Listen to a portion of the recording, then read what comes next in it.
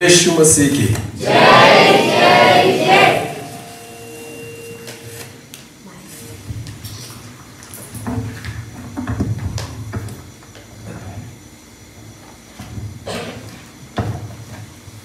मैं प्रभु को धन्यवाद देता हूं कि परमेश्वर ने मुझे दूसरी बार अनुग्रह दिया यहाँ पर आने के लिए। पिछली बार भी मैं आया था और परमेश्वर ने मुझे दोबारा एक अवसर दिया कि मैं आपके बीच में आऊं और परमेश्वर की आराधना महिमा कर सकूं और उसके वचन को प्रचार कर सकूं। और मैं विश्वास करता हूं कि आज और कल परमेश्वर हमसे बात करेगा। आमेन। क्या सब लोग तैयार हैं प्रभु को सुनने के लिए? ओके, आज तो चलो मैं ज्यादा वक्त तो नहीं लूंगा, पर फिर भी मैं विश्वास करता हूँ जितना समय प्रभु उसकी आत्मा मुझे चलाएगी मैं चलूंगा। और विश्वास करें कि आज रात परमेश्वर उसके वचन में रहकर हमसे बात करें। आमेन। क्या सब लोग तैयार हैं? आओ अपनी आंखों को बंद कर एक छोटी सी प्रार्थना करें। सर्वशक्तिमान जीवित पिता, हम आपके चरणों के पास आते खुद को झुकाते हैं प्रभु।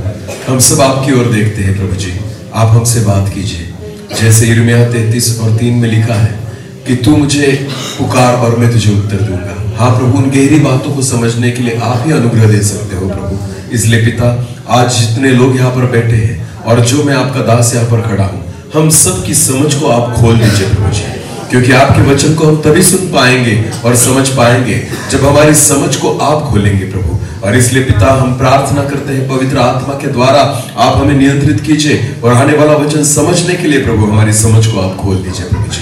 पवित्र आत्मा के द्वारा मुझे और जितने लोग सुनने वाले हैं हर एक व्यक्ति को आप नियंत्रित कीजिए। मेरे मुंह में रहकर आप बात कीजिए प्रभु। मैं अपने मुंह को खोलता हूँ, आपके वचनों से मुझे भरे पिता, उस स्वर्गीय प्रकाशन से भरे प्रभु, और आपकी इच्छा को यहाँ पर प्रकट करें। मैं घटू और आप ही बढ़े और आपके पवित्र नाम की महिमा होने पाए। सारा आदर और सारी महिमा जलाल आप ही को देते हुए प्रार्थना प्रभु यीशु मसीह आपके सामर्थ्य और जीवित नाम से मांगते हैं। चलो हम एक वचन को निकालें। जब मैंने एक व्हाट्सएप पर जब यहाँ की पत्रिका देखी थी तो वहां पर मैंने एक वचन को देखा था। उसी वचन को हम पढ़ेंगे। हग्गई की पुस्तक उसका 2रा अध्याय। पुराने नियम में हम देखते हैं कि हग्गई भविष्यवक्ता की पुस्तक उसका 2रा अध्याय और वचन 9 को हम पढ़ेंगे। हग्गई उसका 2रा अध्याय और वचन 9 को पढ़ेंगे। इस भवन की पिछली महिमा, इस वचन में इस प्रकार लिखा गया है कि इस भवन की पिछली महिमा इसकी पहली महिमा से बड़ी होगी। इसकी पहली महिमा से बड़ी होगी।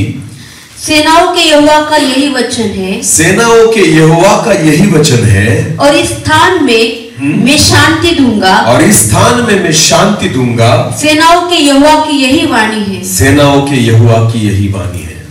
ओके, हमने वचन को पढ़ लिया। अभी ध्यान देकर सुन लो, मेरी ओर देखो सब।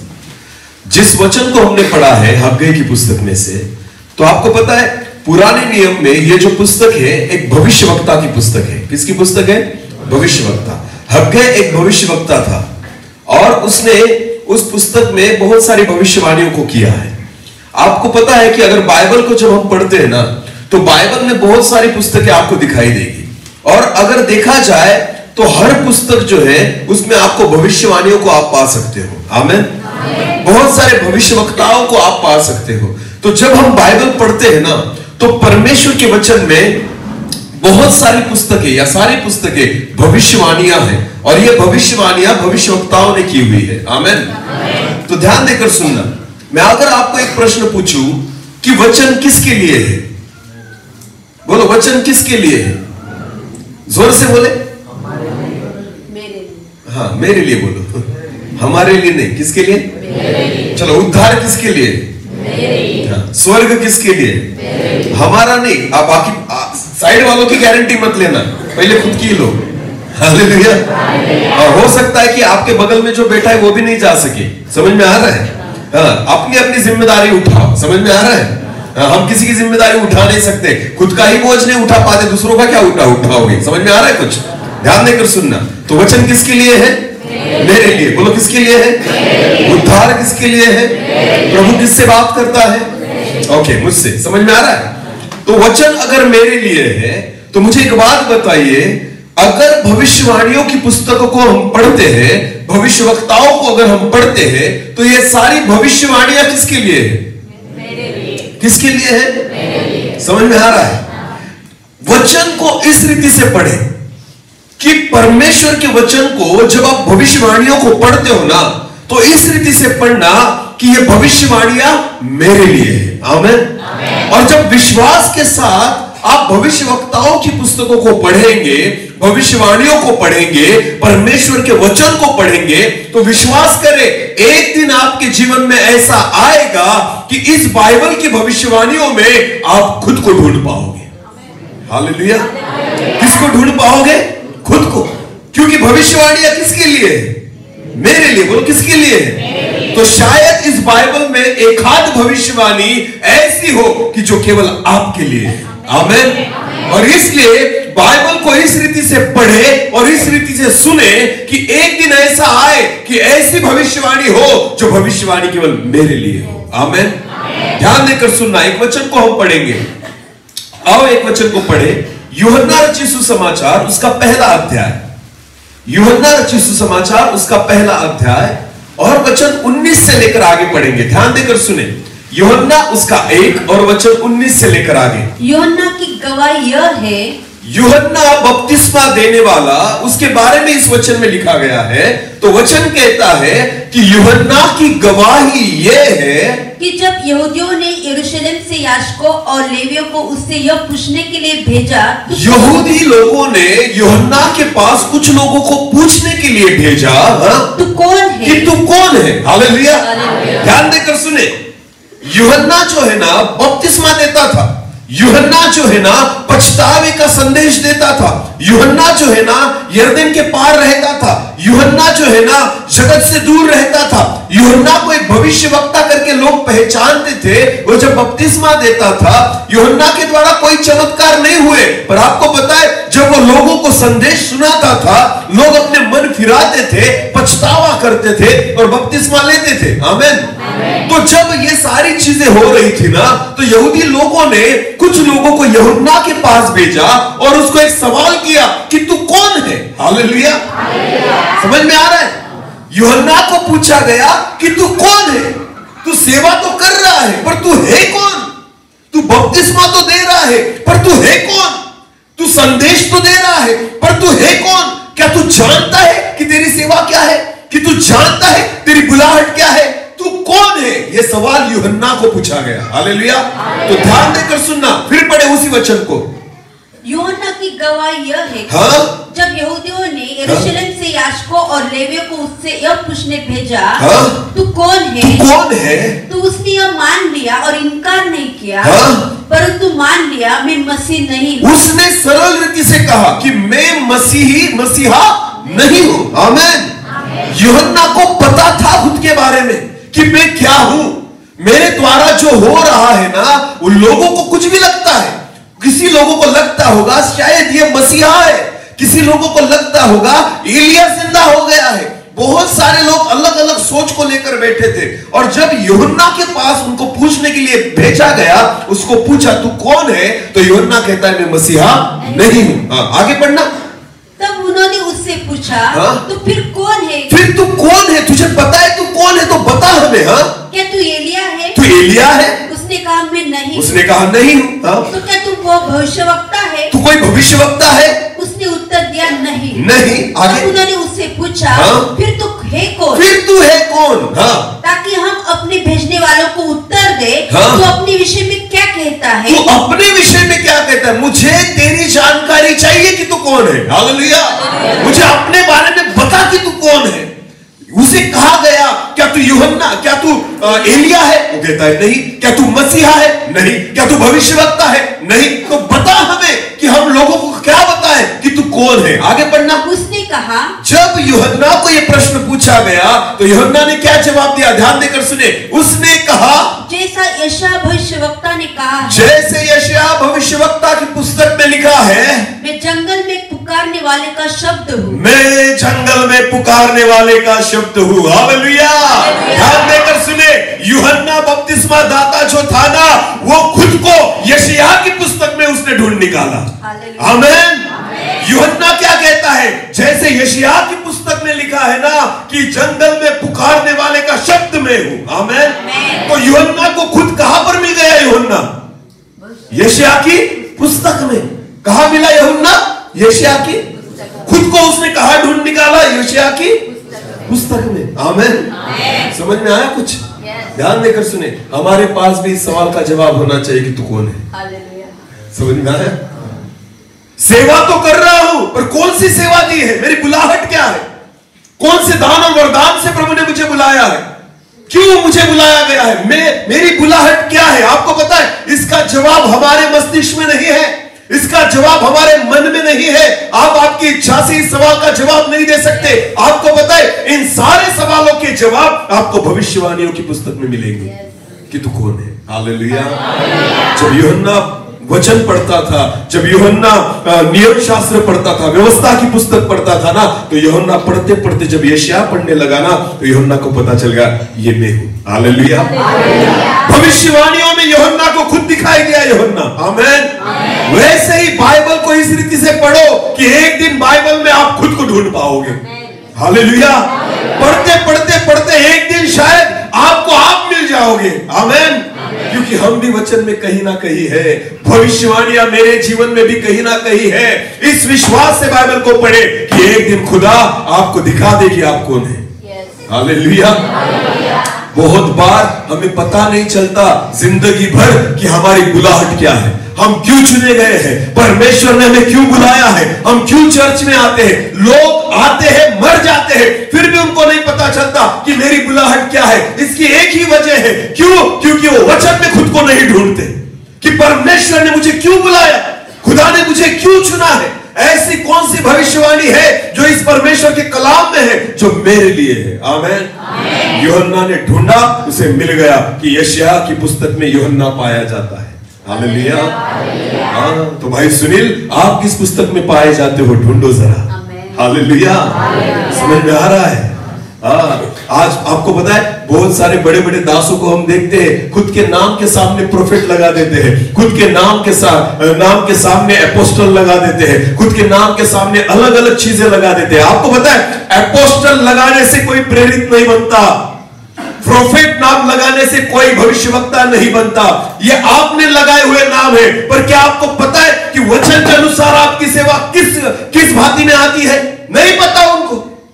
अगर खुद को आप प्रेरित कहते हो ना, तो नई कलीसिया आपके जीवन के द्वारा तैयार होना जरूरी है, तब जाकर खुद को प्रेरित कहना। अगर आप खुद को भविष्यवक्ता कहते हो ना, तो लोगों की बीमारियां मत ढूंढो, लोगों के पापों को दिखाओ, तो समझ लेना तुम्हारे जीवन में भविष्यवक्ता की अभिषेक है। हालेलुया। आजकल केवल बड़े प्रचारक जो होते ना, अपने नाम के सामने उनको जो लगे उस प्लेट को चिपका देते हैं। कोई कहता है मैं प्रेरित हूं, कोई कहता है मैं भविष्यवक्ता हूं, कोई कहता है मैं ये हूं वो हूं। आपको पता है, आपके कहने से कुछ नहीं होगा। वचन से दिखाओ कि आपकी सेवा और उनकी सेवा क्या एक जैसी है। अगर भविष्यवाणियों की पुस्तक में आपके बारे में भविष्यवाणी अगर आपको मिल जाए, तो समझ लेना आप वही हो। हालेलुया। यशायाह ने खुद के बारे में, यूहन्ना ने खुद के बारे में दिखाया कि मैं यशायाह की पुस्तक में पाया जाता हूं। आमीन। अगर आपको यही प्रश्न पूछा जाए कि तू कौन है, तो हम किस पुस्तक में पाए जाएंगे? हम किस भविष्यवाणियों में पाए जाएंगे? क्या हमारे बारे में भी तो यहां पर कुछ ना कुछ तो होगा? हालेलुया। दान और वरदान तो खुदा ने दिए हैं, आवाज तो खुदा ने दी है, वचन बोलने के लिए ज्ञान तो खुदा ने दिया है, सेवा तो खुदा ने दी है, पर आपको पता है कि आपकी बुलाहट क्या है? मैं कहां पाया जाता हूं? मेरे जीवन में ऐसा कौन सा वचन है जिस वचन के द्वारा आज मैं सेवा कर रहा हूं कि परमेश्वर मेरे जीवन के बारे में क्या चाहता है? आपको पता है, भविष्यवाणियों की पुस्तक ये पुस्तक है कि जिसमें हम खुद को ढूंढ पाते हैं। हालेलुया। बाइबल ऐसे पढ़े कि एक दिन बाइबल में आपको आप मिल जाए। आमीन। एक दिन बाइबल में मैं खुद को खुद मिल जाऊं। हालेलुया। यह है भविष्यवाणी की पुस्तक। और हग्गई संदेष्टा जो है, हग्गई भविष्यवक्ता जो है ना, वो इसी के बारे में सिखा रहा है। एक भविष्यवाणी को वो करता है। ध्यान देकर सुने, हम बहुत बार भविष्यवाणियों को सुनते हैं, पढ़ते हैं, पर विश्वास नहीं करते। विश्वास करना जरूरी है। आमीन। ध्यान देकर सुने, अभी मैंने वचन को शुरू नहीं किया, वचन में कल सुबह शुरू करूंगा। आज तो केवल हम तैयारी करेंगे। भविष्यवाणी के बारे में जान तो लो पहले। हालेलुया। कि भविष्यवाणियां होती क्या है। हाँ, जब जानेंगे तब भविष्यवाणियां हमारे जीवन में पूरी होगी। आमीन। हाँ, जैसे अग्गे कहता है ना कि इस भवन की पिछली महिमा पहली महिमा से बड़ी होगी। आमीन। ये तो बाद में देखेंगे, पहले भविष्यवाणी को समझ लो कि भविष्यवाणी क्या होती है। भविष्यवाणी वो है जो परमेश्वर ने हमारे बारे में की है। आमीन। भविष्यवाणी वो है जो आने वाले दिनों में खुदा हमारे जीवन में करना चाहता है, पर ये तब कर पाएगा जब हम पढ़ते जो है ना उस पर भरोसा करें और विश्वास करें। आमीन। अगर समझो एक बड़ी मीटिंग्स में कोई बड़ी मीटिंग है और उस मीटिंग में कोई किसी जवान का नाम पुकारा गया, परमेश्वर के दास ने एक जवान का नाम पुकारा, ब्रदर आपका नाम बताए प्लीज। हितेश। हितेश, चलो एक उदाहरण के तौर पर मैं बोल रहा हूं, अगर परमेश्वर के दास ने एक भविष्यवाणी की मीटिंग में और उसने कहा कि भाई हितेश नामक एक व्यक्ति यहां पर बैठा है, एक जवान यहां पर बैठा है, और परमेश्वर यह भविष्यवाणी करता है उसके जीवन के बारे में कि आने वाले दिनों में कुछ सालों के बाद वो एक अच्छा बड़ा डॉक्टर बनने वाला है। क्या भविष्यवाणी हुई? क्या बनने की भविष्यवाणी की? डॉक्टर। तो भाई हितेश खुश हो गया क्योंकि वो 12वीं में है। कितवीं में है? 12वीं में। और 12वीं में है, ऐसे मैं उदाहरण दे रहा हूं, हाँ, एक उदाहरण के तौर पर बोल रहा हूं। तो एक जवान जो है ना उसके बारे में भविष्यवाणी की गई कि आने वाले दिनों में वो क्या बनने वाला है? डॉक्टर। तो खुदा ने भविष्यवाणी कर दी परमेश्वर के दास के द्वारा कि आने वाले दिनों में ये डॉक्टर बनेगा। तो ये बंदा जो है 12वीं में है और वो खुश हो गया कि अरे वाह, परमेश्वर ने मेरे जीवन के बारे में भविष्यवाणी की है कि मैं क्या बनने वाला हूं? डॉक्टर। वो घर पर गया, बहुत खुश हो गया और उसने सोचा आज से स्कूल जाना बंद, आज से स्कूल जाना, क्योंकि मैं क्या बनने वाला हूं? अब से पढ़ाई बंद, क्योंकि मैं क्या बनने वाला हूं? मैं पढ़ूं या ना पढ़ूं, मैं क्या बन जाऊंगा? मैं स्कूल में जाऊं या ना जाऊं, मैं क्या बन जाऊंगा? मैं कॉलेज करूं या ना करूं, मैं क्या बन जाऊंगा? क्या संभव होगा? नहीं। क्या ऐसा संभव होगा? नहीं। अगर भविष्यवाणी डॉक्टर के बारे में हुई है तो उसे क्या करना होगा? पढ़ाई। क्या करना होगा?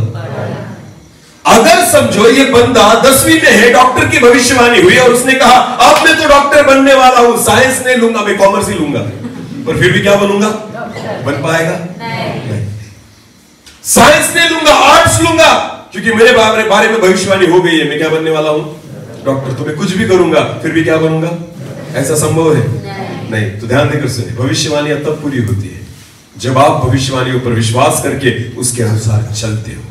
हालेलुया। कितनी भी बड़ी भविष्यवाणी आपके जीवन के बारे में हो जाए, भविष्यवाणियां तब पूरी होगी जब आप उस पर विश्वास कर उसी मार्गों पर चलोगे। आमीन।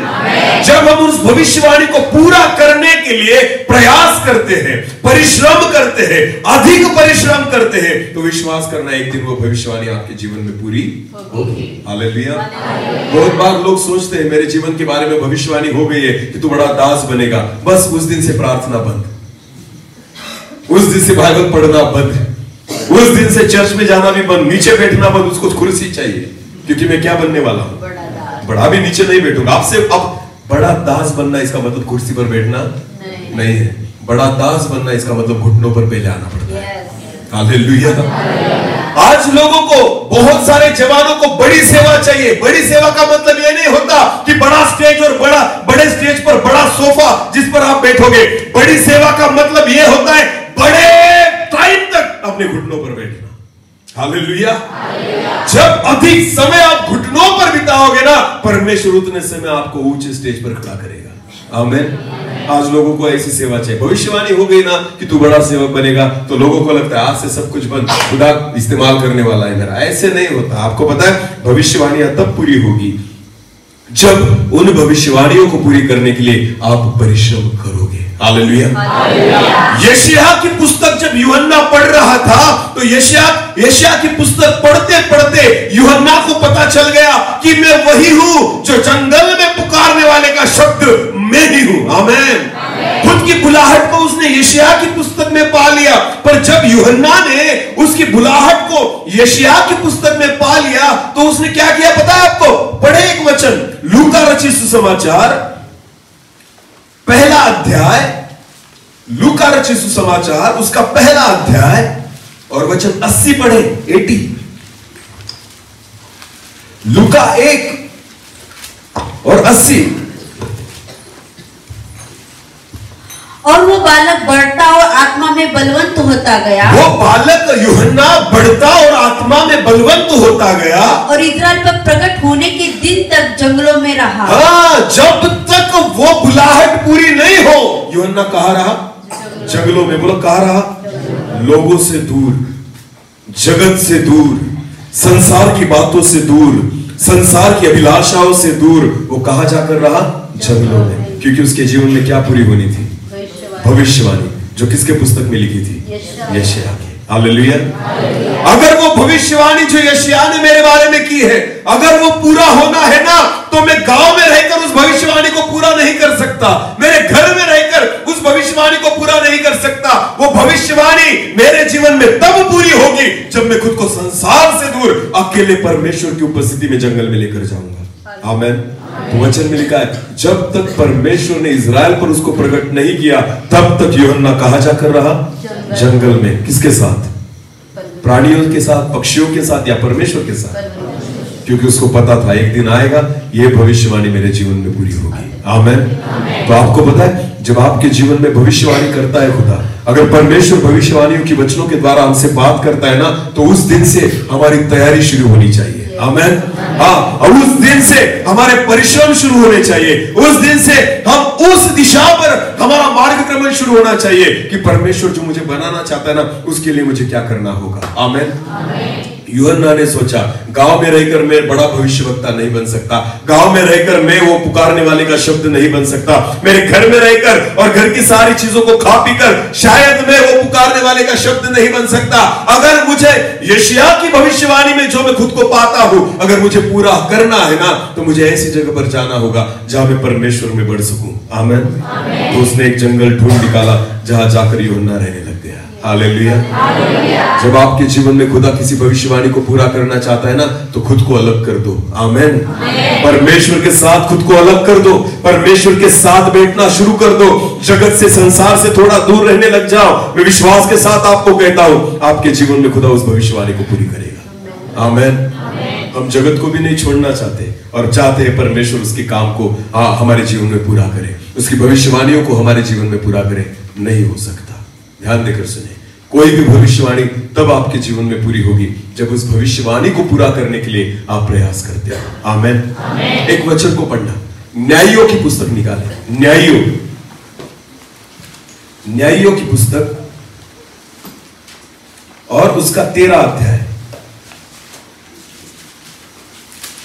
न्यायियों की पुस्तक उसका 13 अध्याय वचन 1 से लेकर आगे पढ़ना। इस्राएलियों ने फिर यहोवा की दृष्टि में बुरा किया, इसलिए यहोवा ने उनको पलिश्तियों के वश में 40 वर्ष के लिए रखा।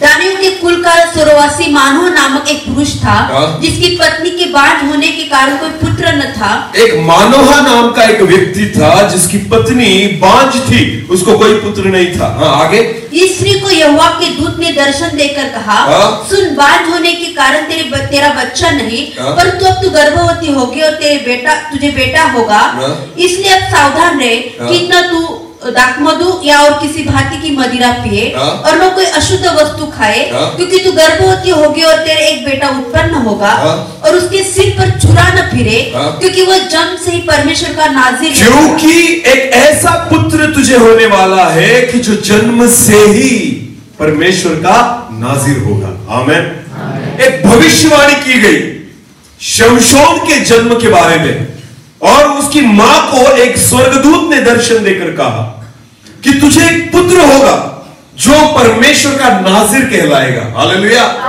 नाज़िर का मतलब है जिसने अपने आप को खुदा के लिए दे दिया, जो हर वक्त परमेश्वर का है, उसे नाज़िर कहा जाता है। और इसलिए परमेश्वर ने उसको दर्शन देकर कहा, अब तक तू बांझ थी, तुझे बच्चा नहीं था, पर अब जो बच्चा परमेश्वर तुझे देने वाला है ना, वो तेरा नहीं, वो खुदा का होगा। हालेलुया।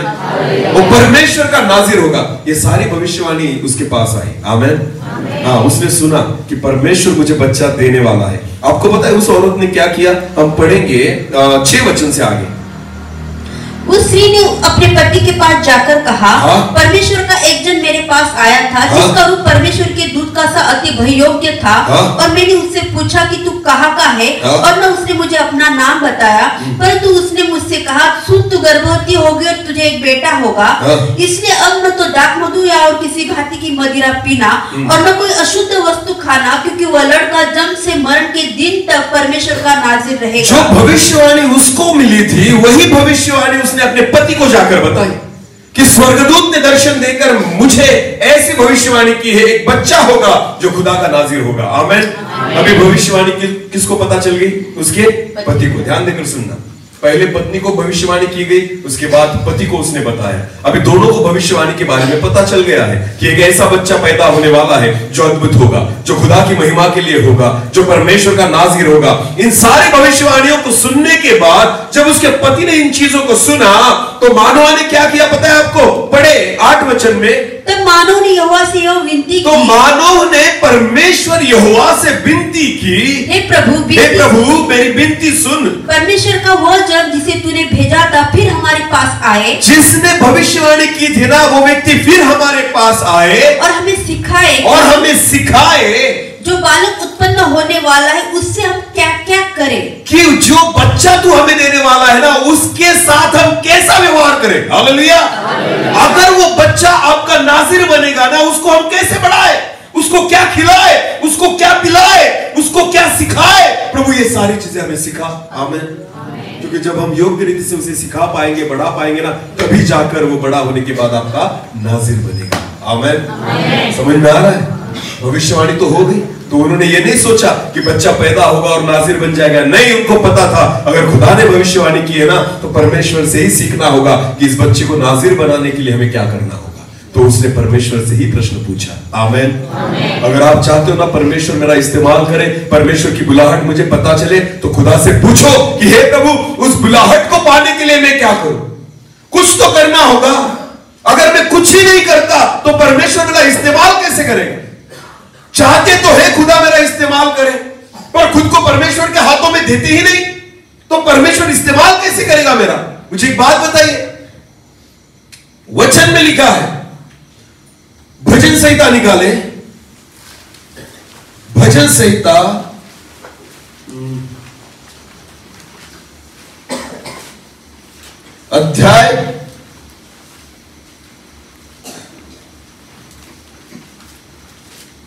अध्याय 127,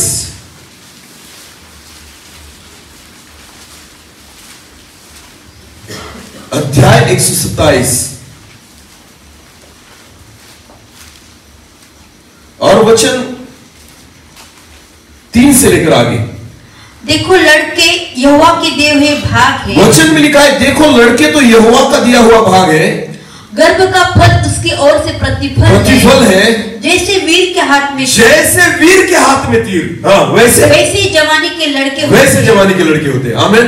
जैसे वीर के हाथ में तीर, बोलो वीर के हाथ में तीर, वैसे जवानी के लड़के होते हैं। आपको पता है आप तीर हो, जवानी के लड़के क्या है? तीर है। पर तीर कब काम आएगा? जब ये तीर किसके हाथ में रहेगा? वीर के। बोलो किसके? तीर अगर ऐसे ही पड़ा रहेगा ना तो वो खराब हो जाएगा, जंग लग जाएगी उसे। पर अगर उस तीर को उठा के किसी योद्धा के हाथ में, वीर के हाथ में अगर आपने दे दिया ना, वो तीर बहुतों को मारेगा। हालेलुया। वो तीर विजय दिलाएगा, वो तीर अद्भुत रीति से काम आएगा। अगर कोई तलवार आपने बना ली और उसको आपने नीचे रख दिया, बहुत दिनों तक अगर वो वैसे ही पड़ी है ना, तो मैं आपको कहना चाहता हूं कुछ दिनों के बाद वो तलवार किस काम की नहीं रहेगी। आप उससे सब्जी भी नहीं काट पाएंगे। युद्ध करना तो दूर की बात है, अगर आप चाहते हो कि वो तलवार युद्ध में काम आए तो उसको इस्तेमाल करना शुरू करना पड़ेगा। हालेलुया। अगर उस तलवार को मैंने केवल रख दिया है तो वो तलवार किसी काम की नहीं। कुछ दिनों के बाद वो तलवार की धार पूरी रीति से खत्म हो जाएगी, उसे गंज लगने लग जाएगा, और आपको पता है थोड़े दिनों के बाद वो किसी काम की नहीं रहेगी। वैसे ही हम सब परमेश्वर की तलवार है, खुदा के हाथ के तीर है।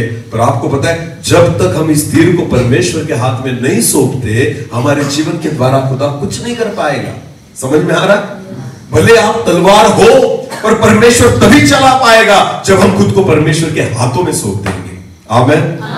यूहन्ना को पता था कि मुझे ऐसी सेवा करनी है जो परमेश्वर की ओर से, तो मुझे खुद को परमेश्वर के हाथों में सौंपना होगा। मानोहा को पता था कि मेरी पत्नी जो बांझ है उसको परमेश्वर एक बेटा देने वाला है जो नाजिर कहलाएगा, जिसके द्वारा परमेश्वर अद्भुत कामों को करेगा, पर उसके लिए उस बेटे को हमें परमेश्वर के हाथों में सौंपना होगा। आमेन। तब जाकर परमेश्वर इस्तेमाल करेगा। आमेन। आपको पता है, जब शमशोन को उसके माँ बाप ने खुदा के हाथों में सौंप दिया था, वो बच्चा जब जवान हो गया ना, ऐसी ताकत उसने पाई, शेर को मार देता था, लोमड़ियों को पकड़ लेता था, दरवाजे को उखाड़ लेता था। आपको पता है, कोई चीज ऐसी नहीं थी जो शमशोन को हरा पाए। हालेलुया। ये क्यों था? क्योंकि बचपन से माँ बाप ने उसे परमेश्वर के हाथों में सौंप दिया था। आमेन। अपनी इच्छा के अनुसार उसका पालन पोषण नहीं किया, परमेश्वर के वचन के अनुसार उसको उसने बड़ा किया था। आमेन। तो जब वो जवान हो गया ना, वो परमेश्वर के कामों को करने लग गया। आमेन। भविष्यवाणियां हमारे जीवन में तभी पूरी होगी जब हम भविष्यवाणियों के अनुसार चलना सीखे। आमेन। बाइबल में बहुत सारी भविष्यवाणियां हैं, ढूंढो मेरे लिए कौन सी है। हालेलुया। ढूंढो इसमें मैं कहां हूं। मैं आपको विश्वास के साथ कहता हूं, हम भी यहां पर हैं। उत्पत्ति से लेकर प्रकाशित वाक्य तक आप पढ़े विश्वास के साथ, एक दिन आपको खुद मिल जाएंगे आप। आमेन। शायद मैं उत्पत्ति में मिल जाऊं खुद को, दानियल में मिल जाऊं। पढ़ो इस वचन को, शायद आप प्रकाशित वाक्य में आप मिल जाएंगे आपको। हालेलुया। कहीं ना कहीं तो ढूंढ पाओगे। हालेलुया। पर उसके लिए परिश्रम तो करने होंगे। आमेन। खुदा के नजदीक आना होगा, जगत से और संसार से खुद को अलग करना होगा, और परिश्रम करके जब आप ढूंढोगे खुद को परमेश्वर के हाथों में देंगे ना, मैं विश्वास का आगे मैं आपको बताना चाहता हूं, ध्यान देकर सुनना। गोलियात जो था ना, सब लोग डर रहे थे गोलियात से। उसकी तलवार को देखकर लोग डरते थे, उसके भाले को देखकर लोग डरते थे, उसकी ढाल को देखकर लोग डरते थे, उसके कद और काठी को देखकर लोग डरते थे, उसके हाइट को, उसके शरीर को देखकर लोग डरते थे, क्योंकि वो था ही ऐसा। एक बड़ी तलवार लेकर खड़ा था, एक बड़ा भाला लेकर खड़ा था, ढाल उसकी पकड़ने के लिए एक व्यक्ति वहां पर खड़ा था। ये ऐसी चीजों को देखकर सारे इजरायली लोग और शाऊल भी डरता था कि कौन जाएगा उससे लड़ने के लिए, कैसे लड़ पाएंगे हम, क्योंकि उसकी तलवार की मुकाबला हमारी तलवार नहीं कर सकती, उसके भाले का मुकाबला हमारे भाले नहीं कर सकते, और उसके शरीर का मुकाबला हमारा शरीर नहीं कर सकता। ध्यान देकर सुने, जब गोलियात के सामने शाऊल खुद को देखता था ना, उसको खुद को वो छोटा नजर आता था। जब इजराइल लोग गोलियात के सामने खुद को देखते थे ना, उनको वो चींटी के समान नजर आते थे। पर बाइबल में ऐसा लिखा है, दाऊद वहां पर गया। बोलो कौन वहां पर गया? दाऊद कद काठी में शाऊल से भी छोटा था, इजरायली लोगों से भी छोटा था, अपने भाइयों से भी छोटा था। पर आपको पता है, दाऊद को पता था मैं छोटा हूं, पर मुझ में जो बसता है ना, वो सबसे बड़ा है। हालेलुया। जब दाऊद गोलियत के सामने खड़ा होता है ना, तो दाऊद खुद के साथ उसका कंपैरिजन नहीं करता। दाऊद जो है ना, परमेश्वर के साथ उसकी तुलना करता है। किसके साथ? परमेश्वर के साथ। समझ में आ रहा है? आप शैतान को तब हरा पाओगे जब खुद के साथ नहीं, परमेश्वर के साथ उसकी तुलना करोगे। आमीन। आपकी समस्याओं को तब हरा पाओगे जब आपकी समस्याओं की तुलना खुद से करना बंद कर दोगे और खुदा के साथ करना शुरू कर दोगे। हालेलुया।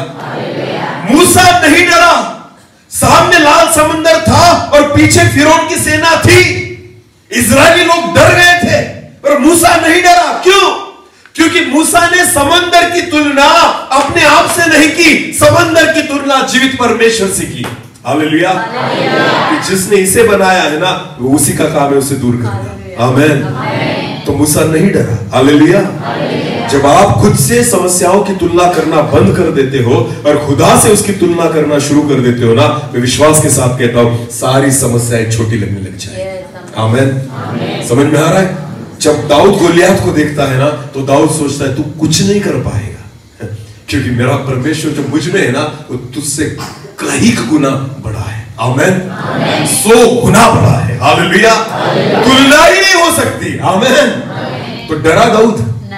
दाऊद डरा नहीं, क्योंकि उसको पता था, हे गोलियत, तू तो हाथों में तलवार लेकर घूम रहा है, हाथों में भाला पकड़ कर घूम रहा है। आपके पास आप मुझे बताएं, दाऊद के हाथों में क्या था? क्या था? एक लाठी थी और गोफन थी। बोलो क्या थी? और बटुए में क्या थे? पत्थर। बोलो क्या थे? कितने पत्थर थे? 5। आपको पता है सामने वाला व्यक्ति तलवार लेकर खड़ा है, भाला लेकर खड़ा है, और दाऊद क्या लेकर जा रहा है मारने के लिए?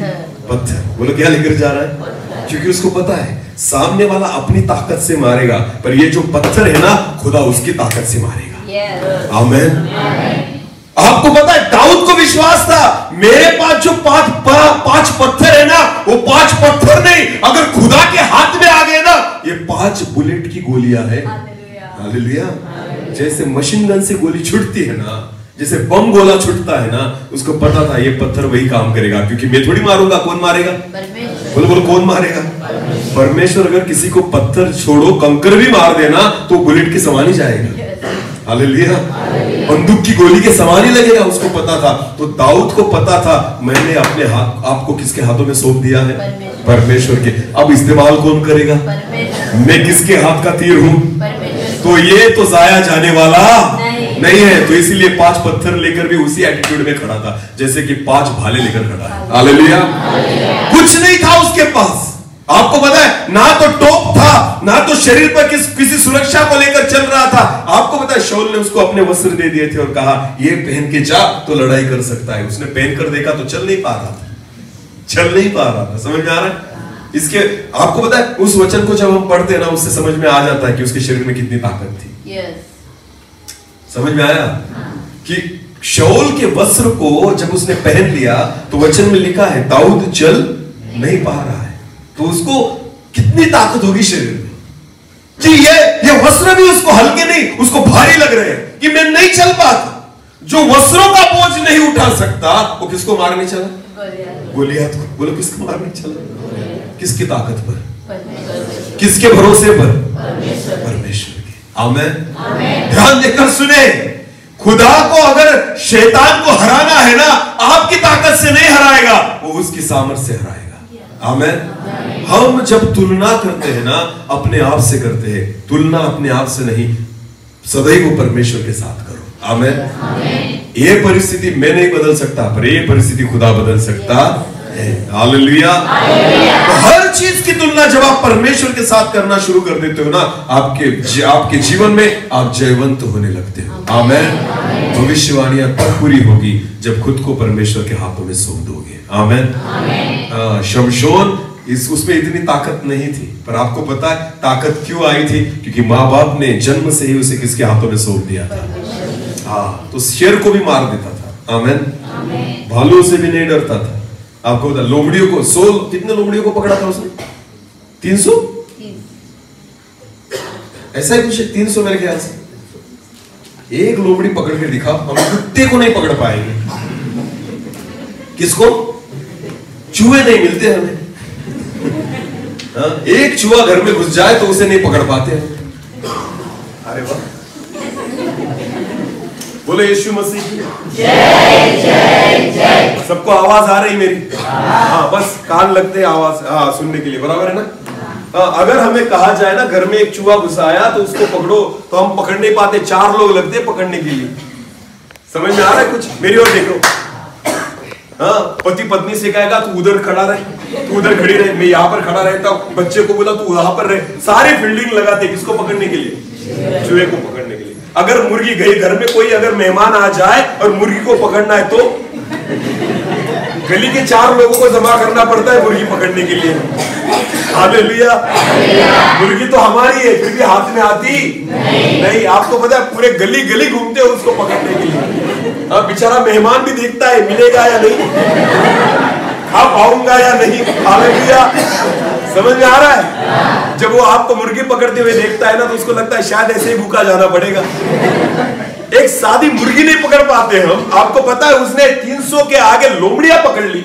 हालेलुया। पकड़ी तो पकड़ी, उसने क्या किया चमत्कार? आपको पता है दोनों की पूंछ एक दूसरे से बांध दी, उसमें मशाल डाल दी, उसको उसने जला दिया और छोड़ दिया खेतों में।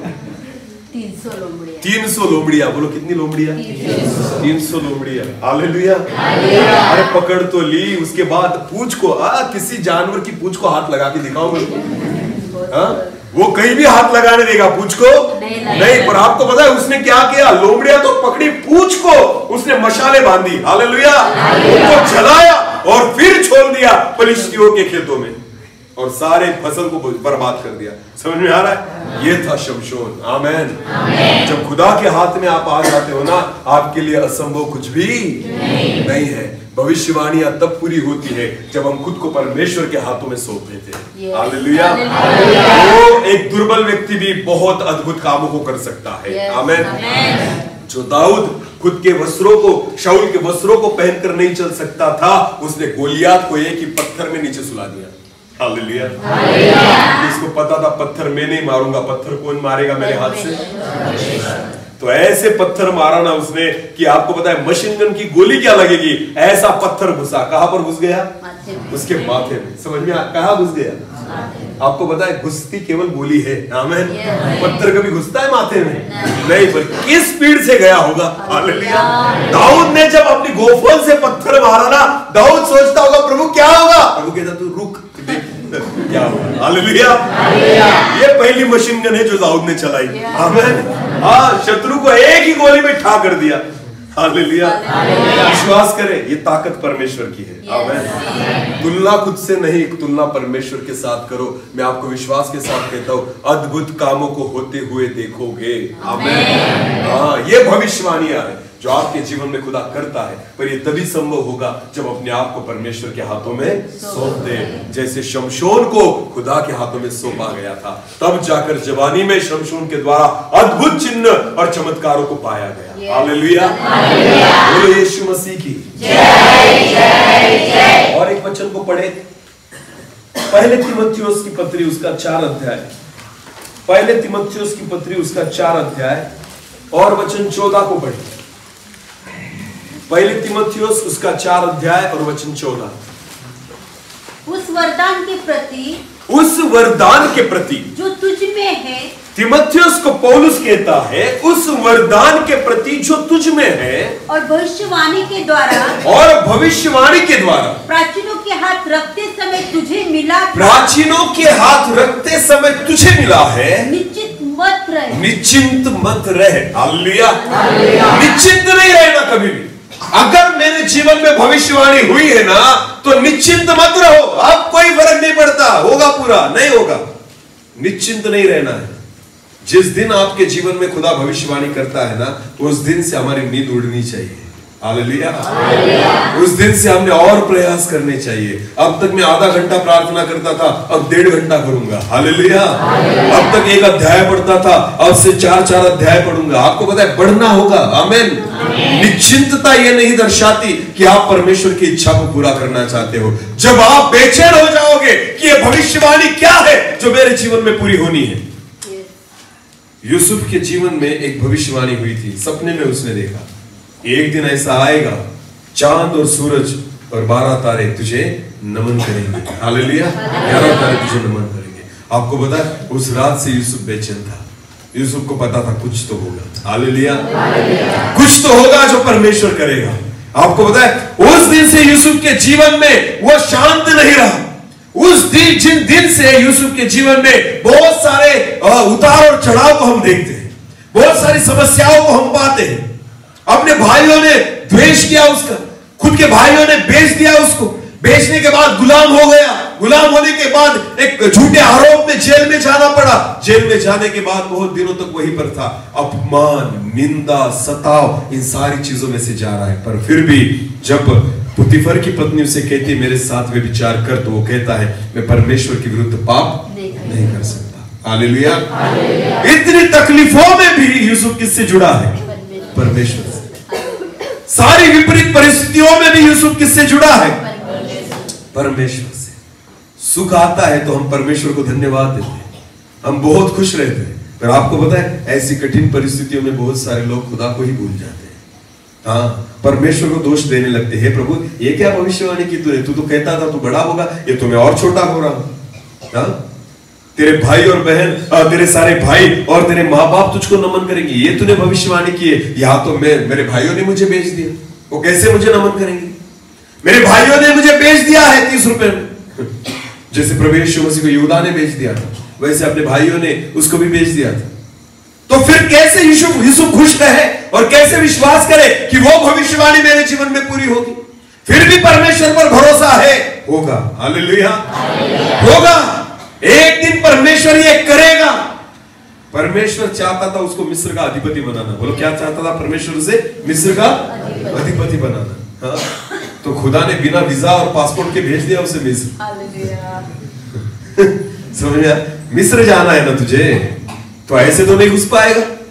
तो खुदा ने क्या कहा? बेटा एक काम कर, गुलाम बन के निकल जा, वीजा पासपोर्ट नहीं लगेगा। समझ में आ रहा है? खुदा कुछ भी कर सकता है। आमीन। परमेश्वर को अगर आपको बड़ा बनाना है ना, तो आपको किसी भी रीति से लेकर जाएगा वहां। कैसे भी ले जाना, मिस्र में है ना, तो प्रभु लेकर जाएगा। तेरे पास पैसा नहीं, तू जा नहीं सकता, कोई तुझे भेजेगा नहीं, तो चलो तेरे भाई को बोल दो, वो तुझे भेज देंगे और गुलाम करके तो निकल जा, क्योंकि मुझे तुझे मिस्र का क्या बनाना है? अधिपति। हालेलुया। भविष्यवाणी हमारे हिसाब से पूरी नहीं होती, भविष्यवाणी परमेश्वर की योजना के अनुसार पूरी होती है। आमीन। हमें केवल विश्वास योग्य रहना जरूरी है। और यूसुफ विश्वास योग्य था। और एक दिन ऐसा आया कि रात के समय वो जेल में सो रहा था और उसी रात राजा को एक सपना गिरा। हालेलुया। राजा बेचैन हो गया। बोलो, कौन बेचैन हो गया? अधिपति किसको बनना है? यूसुफ को। बोलो, किसको बनना है? बेचैन कौन हो गया? राजा। हालेलुया। जब भविष्यवाणियां पूरी होने का समय नजदीक आ जाता है ना, तो बहुत सारे बड़े बड़े लोग आपकी वजह से बेचैन हो जाते हैं। हालेलुया। हाँ, ध्यान देकर सुने। ऐसे लोगों को खुदा बेचैन करेगा जो आपको मिस्र का अधिपति बना सकते हैं। आमीन। ऐसे लोगों की खुदा नींद उड़ाएगा जो आपको ऊंचाई पर लेकर जा सकते हैं। वो सो नहीं पाएंगे। राजा रात भर नहीं सो पाया। आमीन। ये जो राजा की नींद उड़ी थी ना, राजा को बचाने के लिए नहीं थी, यहाँ पर यूसुफ को ऊंचा उठाने के लिए थी। हालेलुया। हाँ, जब दूसरे दिन राजा को पता चला कि जेल में एक ऐसा व्यक्ति है जो सपने का अर्थ बताता है, तो राजा ने कहा तुरंत उसको बाहर लेकर आओ। आमीन। तब जब यूसुफ ने राजा को सारे सपनों का अर्थ बताया, तो राजा ने कहा तुझसे जैसा ज्ञानी तो कोई है ही नहीं। तो राजा ने अपनी अंगूठी को उतारा और उसके हाथों में पहना दिया और कहा, आज से केवल नाम के लिए मैं फिरौन हूँ। हालेलुया। केवल इस राजगद्दी के लिए मैं राजा हूँ, बाकी सारे अधिकार मैं तुझको दे देता हूँ। हालेलुया। एक दिन में रात को सोया था जेल में, दूसरे दिन आ गया महल में। बोलो, कहाँ आ गया? खुदा को जेल में से महल तक लाने के लिए कितने घंटे लगे? कितने घंटे लगे? कुछ 12 घंटों में वो जेल में से कहां पर बैठ गया? मिस्र का अधिपति पद पर। हालेलुया। समझ में आ रहा है कुछ? दाऊद भेड़ों के पीछे था, अचानक इजराइल का राजा बन गया। आमीन। कुछ नहीं, परमेश्वर एक एक क्षण में सारी चीजों को बदल देगा। हालेलुया। बहुत साल नहीं लगते परमेश्वर को कुछ भी करने के लिए। आपको पता है, रात में कुछ अलग नजारा होगा, दिन में कुछ अलग ही दिखेगा। हालेलुया। ये परमेश्वर के लिए संभव है। भविष्यवाणियां हमारे जीवन में तुरंत पूरी हो सकती है, केवल उस समय तक विश्वास योग्य रहो। आमीन। अपने आप को खुदा के हाथों में सौंप दो। इसलिए पौलुस तीमुथियुस से कहता है, जो भी वरदान तुझे हाथ रखने से मिला है ना, उसके बारे में निश्चिंत मत रहे। आमीन। प्रयास कर, प्रार्थना कर, परिश्रम कर और मांग खुदा से, और तेरी प्रार्थना बढ़ा और तू प्रभु में बढ़, तब जाकर ये भविष्यवाणी और ये वरदान तेरे जीवन में काम करेगा। आमीन। हालेलुया। एक आखिरी पद को पढ़ेंगे, उसके बाद हम बंद करेंगे। फिलिपियो उसका 3 अध्याय। फिलिपियो उसका 3 अध्याय और वचन 12 से लेकर आगे। फिलिपियो 3 और वचन 12 से लेकर आगे। यह मतलब नहीं कि मैं पा चुका हूँ। पौलुस कहता है, यह मतलब नहीं कि मैं पा चुका हूं। हाँ, इतनी सेवा करने के बाद, इतने चिन्ह और चमत्कार करने के बाद, इतनी कलीसियाओं को खड़ा करने के बाद भी पौलुस कहता है, मुझे अभी भी ऐसा नहीं लगता कि मैं पा चुका हूँ। हाँ, या सिद्ध हो चुका, या मैं सिद्ध बन गया हूँ। पर उस पदार्थों को पकड़ने के लिए दौड़ा चला जाता हूँ, जिसके लिए मसीह यीशु ने मुझे पकड़ा था। जो भविष्यवाणी मेरे जीवन के बारे में हुई है ना, उसको पकड़ने के लिए मैं दौड़ा चला जाता हूँ। आमीन। अभी भी मैंने नहीं नहीं पाया, वो कहता है अभी भी मैं दौड़ रहा हूं कि उस चीजों को मैं पा सकूं। हालेलुया। हर दिन पौलुस जो है ना वो क्या करता था, उस चीज को प्राप्त करने के लिए क्या करता था, दौड़ता था। आमीन। ध्यान देकर सुने मेरी ओर देखो, मसीही जीवन चलने का जीवन नहीं है, मसीही जीवन दौड़ने का जीवन है। हालेलुया। आज बहुत सारे लोग यीशु के पीछे चल रहे हैं, पर आपको पता है यीशु के पीछे चलना नहीं है, हमें क्या करना है, दौड़ना है। पौलुस कहता है तुम ऐसे दौड़ो कि तुम्हें वो मिले। आमीन। समझ में आया कुछ? मसीह जीवन चलने का जीवन नहीं है प्रियो, मसीह जीवन दौड़ने का जीवन है। चलने के लिए ताकत नहीं लगती, पर दौड़ने के लिए बहुत ताकत चाहिए। चलना तो हम कितना भी चल पाएंगे, और दौड़ने को बोला तो 1 किलोमीटर चलकर जाओ और 1 किलोमीटर दौड़ कर जाओ, दोनों में से कौन सा आसान है? चलना या दौड़ना? चलना। तो आज बहुत सारे लोग जो है वो क्या कर रहे हैं, आसानी से चल रहे हैं। हाँ प्रभु, 5 मिनट की प्रार्थना चलाएगी आपको 10 मिनट की प्रार्थना चलाएगी आपको, हर रविवार चर्च में जाना चलाएगा आपको, पर दौड़ने के लिए 5-10 मिनट की प्रार्थना काम नहीं आएगी। दौड़ने के लिए आपका एक अध्याय पढ़ना काम में नहीं आएगा, दौड़ने के लिए केवल रविवार की प्रार्थना काम नहीं आएगी, दौड़ने के लिए आपको रोज दौड़ना होगा। हालेलुया। अधिक परिश्रम, अधिक बल, अधिक सामर्थ्य, अधिक शक्ति की आवश्यकता है, तब जाकर दौड़ पाओगे। आमीन। यही मसीह जीवन है जिसे दौड़ना कहते हैं। हालेलुया। फिलिप्पुस को पवित्र आत्मा ने कहा दौड़, एक खोजा जा रहा है गजा से यरूशलेम से गजा की ओर, दौड़ उसके पीछे, उसके रथ को पकड़। यह है दौड़ना। मसीह जीवन में हमें दौड़ना पड़ेगा। लोग रथों पर जा रहे हैं, आपको पता है नाश की ओर जाने वाले लोग जो होते हैं ना, वो चलकर नहीं जाते, वो रथों पर जा रहे हैं। अगर खोजे तक फिलिप्पुस नहीं पहुंचता तो खोजा पाप में मर जाता, खोजा जो है ना अज्ञान में मर जाता। पर आपको पता है पवित्र आत्मा फिलिप्पुस को क्या कहती है, दौड़, उसके रथ को पकड़ ले, तब जाकर लोगों को बचा पाओगे। जब मसीह लोगों आप दौड़ने लगोगे, क्योंकि नाश के ओर जाने वाले लोग जो है ना वो हमसे भी तेज जा रहे हैं वहां पर, तो हमें उनसे ज्यादा दौड़ना होगा। हालेलुया। तब जाकर उनको बचा पाओगे, अन्यथा नहीं बचा पाओगे।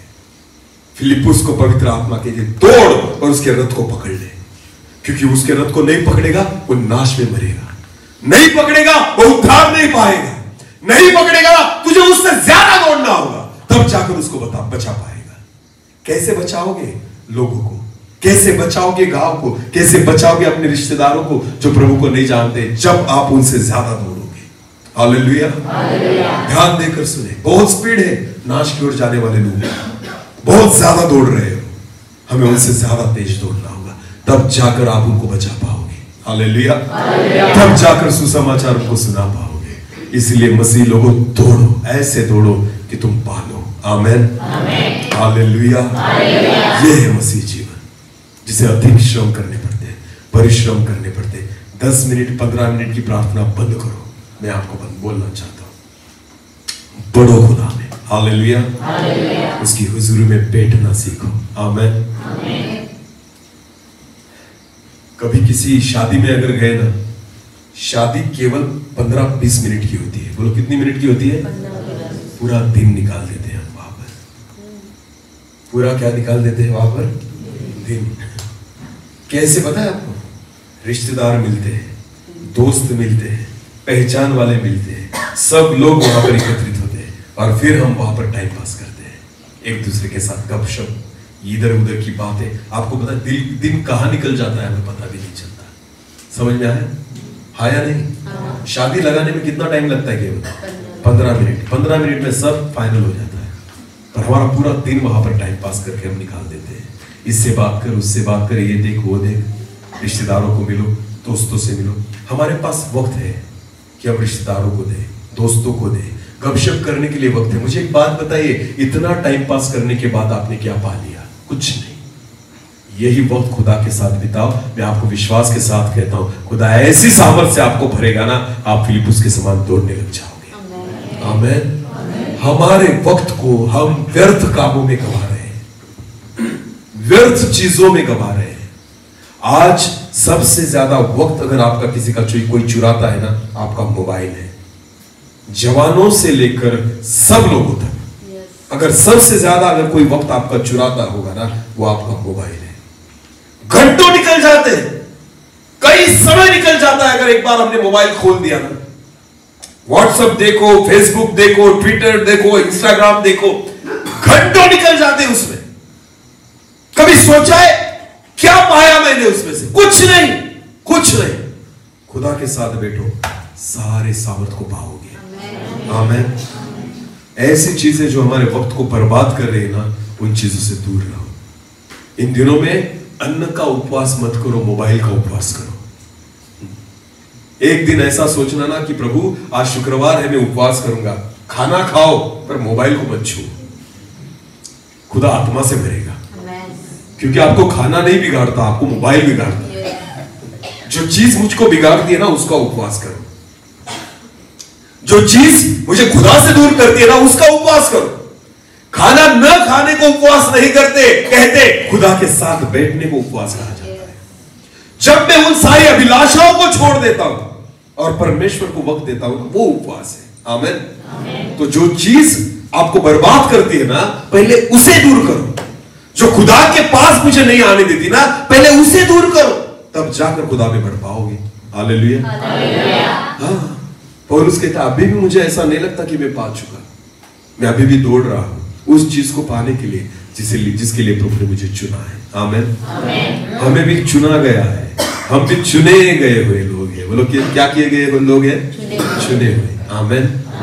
तो जो चुनता है ना, तो खुदा जब चुन रहा है, इसका मतलब आपसे कुछ अपेक्षा है, कुछ ना कुछ अपेक्षा है, क्योंकि हमें क्या किया है?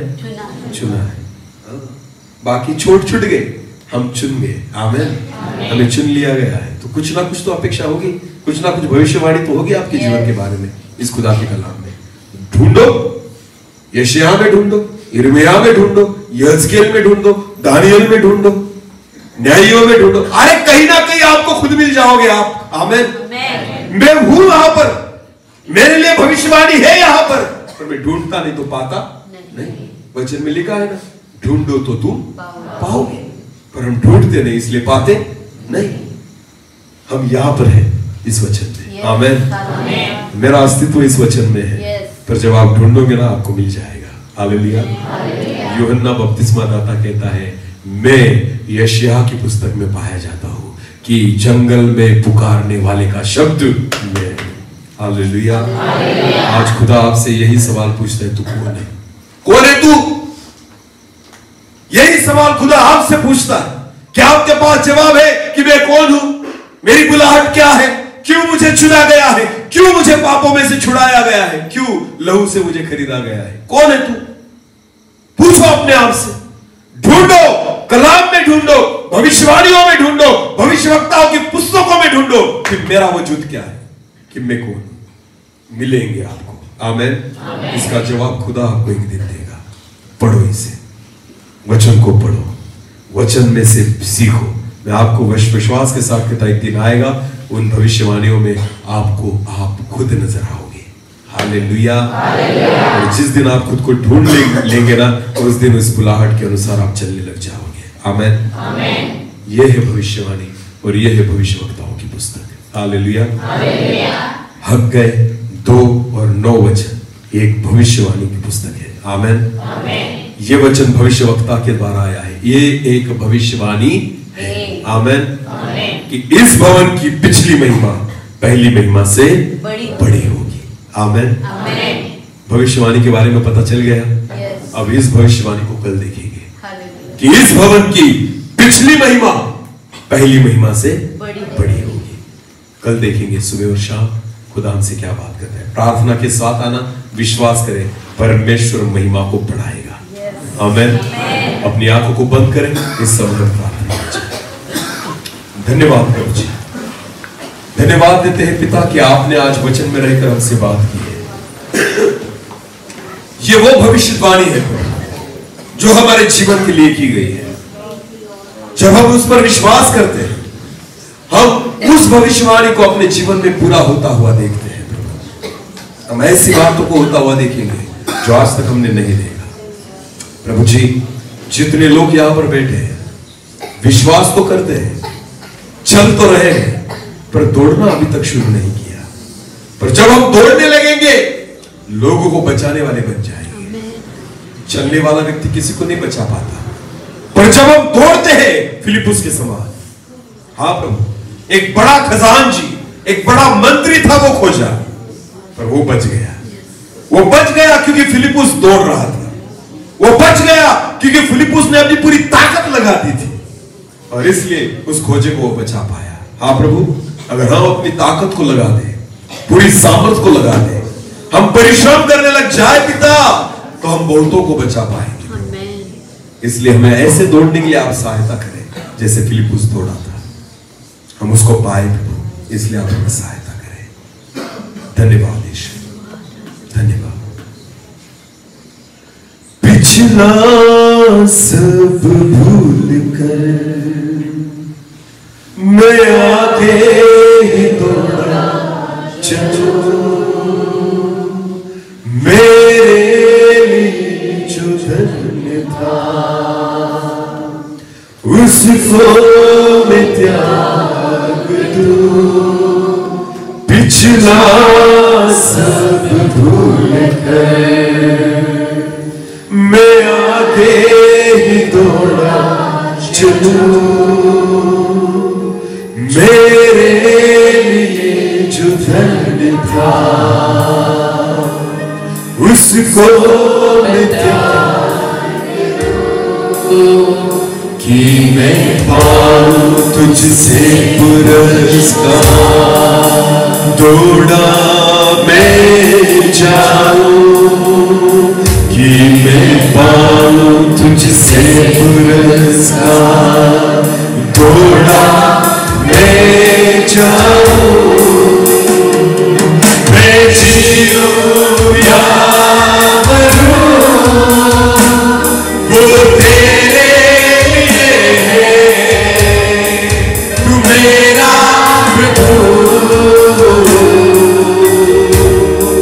तू मेरा प्रभु, मेरे जीवन का मकसद तू है, मेरे जीने का कारण तू है, मेरे जीवन का मकसद तू है, मेरे जीने का कारण तू है, मैं जीऊं या मरूं, वो तेरे लिए है, तू मेरा प्रभु, तू मेरा प्रभु, मुझ पर हुई है कृपा, बेकार न जाने तू, जिसने मुझे है चुना, उसकी ओर मैं बढ़ूं, मुझ पर हुई है कृपा, बेकार न जाने तू, जिसने मुझे है चुना, उसकी ओर मैं बढ़ूं, तेरी सलीब की ओर पीछा मैं जाऊं, देखूं तेरी सलीब की ओर पीछा मैं जाऊं, मैं जीऊं या मरूं, वो तेरे लिए है, तू मेरा प्रभु, तू मेरा प्रभु, तू मेरा प्रभु। धन्यवाद प्रभु जी, पौलुस कहता है, जीना मेरे लिए मसीह और मर जाना लाभ है। हाँ प्रभु, हम आपके लिए जिए, आपके लिए दौड़े प्रभु, इसलिए आप हमें सहायता कीजिए।